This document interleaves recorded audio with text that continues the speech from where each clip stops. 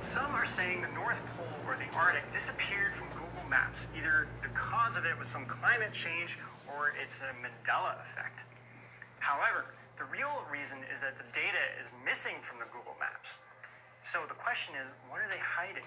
So Ben, are you trying to say that Google Maps is actually hiding the real location of Santa's palace to keep this a secret? Yeah, that's exactly what I'm talking about. Ladies and gentlemen, Santa Claus is ready to get this? An alien. No, not really. Okay, so let's get to the real reason here. There could be ancient Earth beings who lived on an Atlantis-type continent called Lemuria, which is basically very similar to what Rivendell looks like in The Lord of the Rings.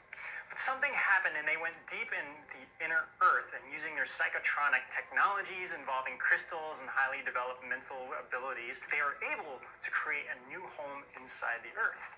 Some say that under Mount Shasta in Northern California, it's a home to this race, and that could explain the reason why so many people have had supernatural experiences being near that mountain.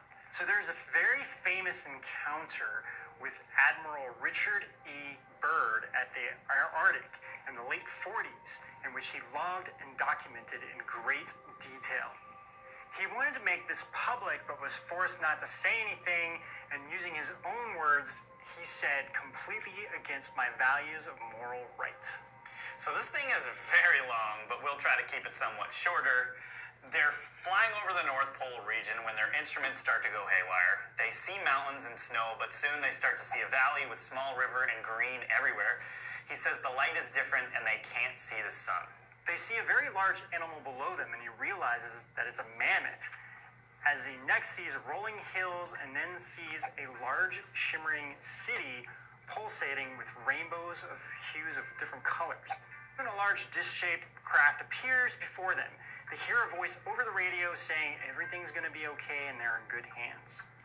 So they land their plane, and he's greeted by a tall, very beautiful blonde woman. She introduces him to their master, and he tells the admiral that he's been summoned there because he's well known on the surface world.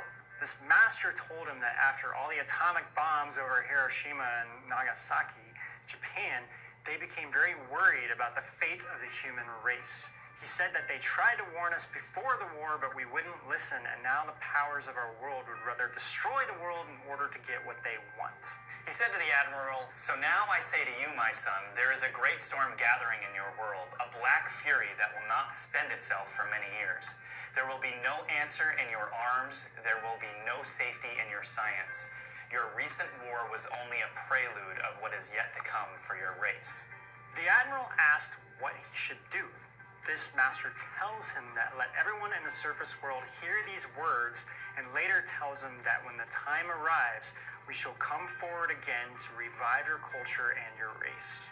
Now, why didn't we hear about this before? Well, blame it on his superiors, who in his own words, "I am placed under strict control via the national security provisions of the United States of America. I am ordered to remain silent. In regard to all of that, I have learned on the behalf of humanity.